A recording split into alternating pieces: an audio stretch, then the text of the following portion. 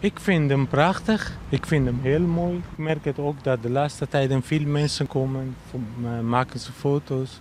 Als je in Leeuwarden binnenkomt, juist ja. Het is tegenover het station, dus mensen lopen die gaan naar het centrum en die geeft het stad een aparte beeld. Ik kom net uit Utrecht met de trein aan en dan zie je dit als eerste Leeuwarden. En volgens mij kan je geen mooiere entree wensen als stad. Ik vind het briljant. Ja, Friesland is bekend vanwege de 11 steden en vanwege het water. Dus hoe logisch is het dan om iets blijvends te maken in het kader van de culturele hoofdstad. En ja, volgens mij mag Friesland er heel erg trots op zijn.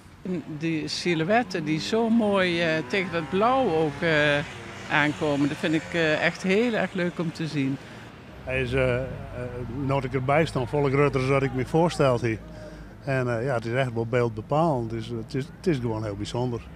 De mensen volle lietse facetten die een rol spelen, maar ik denk dat bij mij in Friesland is nog geweldig op elkaar te zetten. Ik vind het echt prachtig.